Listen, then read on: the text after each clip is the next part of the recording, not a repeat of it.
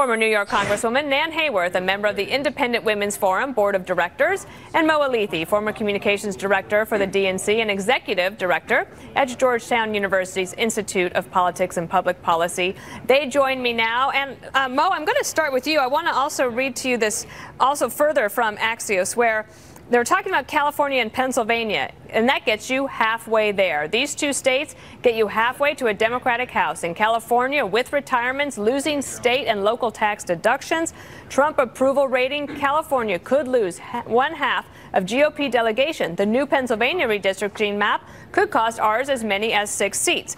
Now, of course, we don't know what's going to happen until the election takes place, and I'm not convinced that the Democrats have it all sewn up in the House.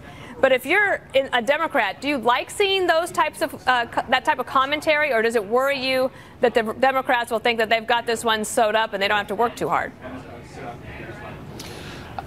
Look, after 2016, I don't take anything for granted anymore, right? I mean, we have seen that the politics of today are beyond volatile.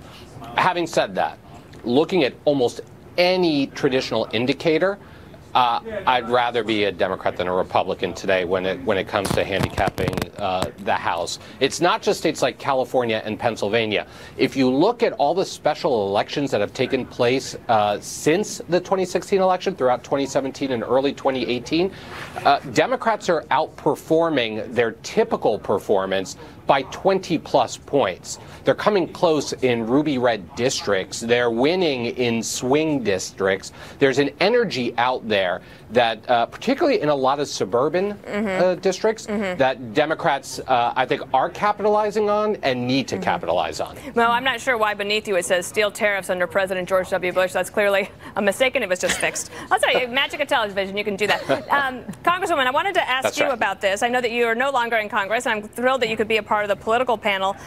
Matthew Continetti of the Free Beacon talked about the Republican agenda for the rest of the year, saying last Friday, congressional GOP do not expect to accomplish much during the remainder of 2018.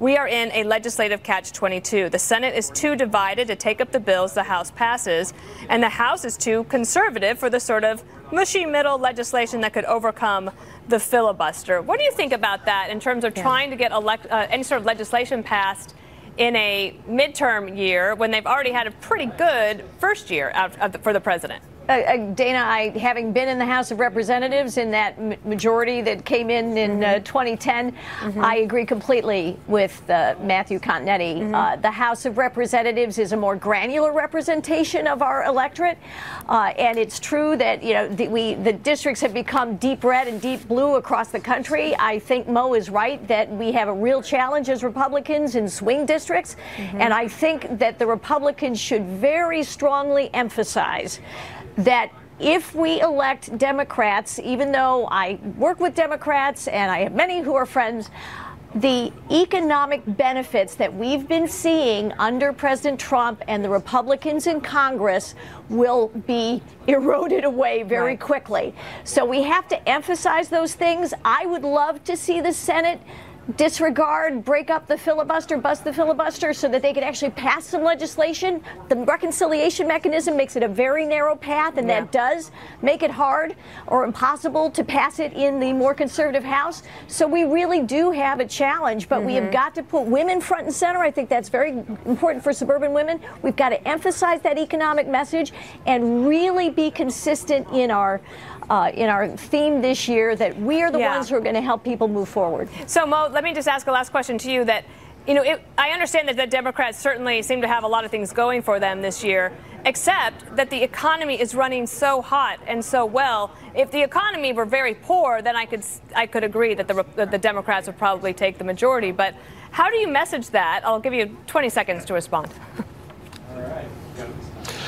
Look, in midterm elections, anything goes, and I think Democrats right now are running on quite a bit of anti-Trump energy. And need to do a better job of crystallizing their own message. They can win this election on an anti-Trump message, but that's not necessarily going to translate when we turn the corner into 2020, as we saw with the Tea Party's victories in 2010, but losing the presidency in 2012. So Democrats need to be able to make a case that if you truly want a champion who's going to get your back economically, here's our agenda to do so. And right now, I don't think that's popping as much as a lot of Democrats would like it to. Well, the Republicans and Democrats got good advice from you both, Nan Hayworth and Mo Elleithee. Thank you.